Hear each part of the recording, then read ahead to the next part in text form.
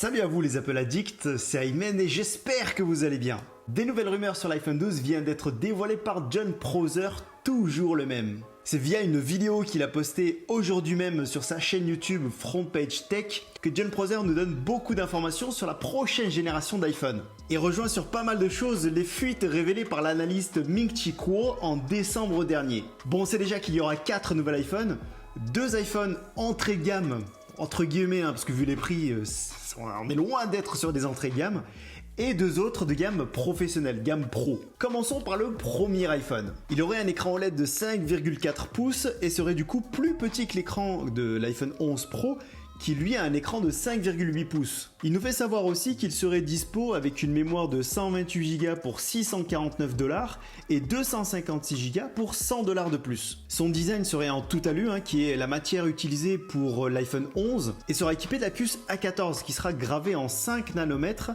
et serait même aussi puissant que les processeurs de Mac. On parle d'une puissance équivalente à un Core i5 hexa-core, donc 6 cœurs. Il bénéficiera de la 5G et aura 2 modules d'appareil photo. Le deuxième iPhone 12 se nommerait l'iPhone 12 Max. Il sera équipé d'un écran 6,1 pouces, la même taille d'écran que l'iPhone 11 mais sans les grosses bordures qu'il arbore, et toujours en OLED. Il aura 4 Go de RAM comme pour le premier. Il faudra compter 749 $ pour le 128 Go et 100 $ de plus pour le 256. Pour le reste, ça ne change pas, design en alu, la puce A14, la 5G, 2 modules photo. On passe maintenant à la gamme au-dessus avec ce qui serait l'iPhone 12 Pro. Ce modèle sera toujours équipé d'un écran OLED, mais cette fois, il aura la particularité d'avoir ce qu'Apple appelle le ProMotion, c'est-à-dire qu'il aura un taux de rafraîchissement de 120 Hz. À titre de comparaison, les iPhones actuels ne dépassent pas les 60 Hz. Ce type de rafraîchissement d'écran est déjà présent sur les iPad Pro. Personnellement, je n'ai pas d'iPad Pro, mais quand je l'ai testé en magasin, j'étais complètement bluffé par le confort qu'on peut avoir avec et la fluidité de navigation. J'ai vraiment hâte de voir ce que ça peut donner sur l'iPhone 12. Sachez aussi que ce type d'écran existe déjà sur les smartphones haut de gamme Android, comme le Samsung Galaxy S20 par exemple. Bref, vous l'aurez peut-être compris, cet écran sera peut-être la plus grosse nouveauté qu'on aura sur les prochains iPhone 12. Il sera aussi équipé de 6 Go de mémoire vive, comme pour les iPad Pro 2020. Il sera vendu à partir de 999 $ pour 128 Go, 1099 $ pour 256 Go et 1299 $ pour 512 Go. Il sera lui en acier inoxydable comme l'iPhone 11 Pro et sera aussi équipé de la puce A14 et de la 5G. On retrouvera sur ce modèle 3 capteurs photo ainsi qu'un capteur LiDAR. J'ai déjà fait une vidéo sur ce qu'est ce capteur LiDAR et si vous voulez en savoir un peu plus, n'hésitez pas à cliquer sur le petit qui est juste au-dessus. Enfin, le plus haut de gamme des 4 nouveaux iPhones serait l'iPhone 12 Pro Max.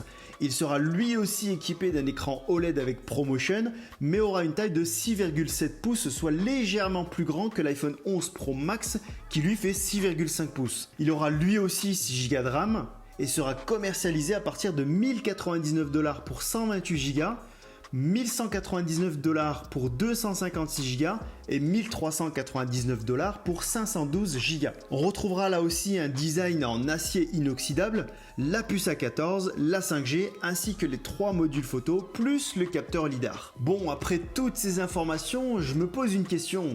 Qu'est-ce qu'il nous reste à savoir vraiment de cet iPhone 12? Parce qu'a priori, on sait déjà tout. On connaît son design, ses couleurs, on connaît ses caractéristiques techniques, on connaît ses prix et maintenant on connaît leur nom. Bon, j'espère qu'Apple nous réserve quand même quelques surprises pendant cette keynote de présentation en septembre prochain. Sachez aussi que la date de sortie des prochains iPhones risque d'être légèrement repoussée pour une sortie prévue en octobre voire même novembre. Voilà, c'est déjà la fin de cette vidéo. N'hésitez pas à vous abonner et à cliquer sur la petite cloche pour ne rater aucune des prochaines actus. Et si vous avez aimé cette vidéo, n'hésitez pas à mettre un gros pouce bleu, ça me ferait énormément plaisir et ça aiderait beaucoup la chaîne à se développer et être mieux référencé sur YouTube. Pour ma part, je vous dis à très bientôt et prenez tous soin de vous. Peace!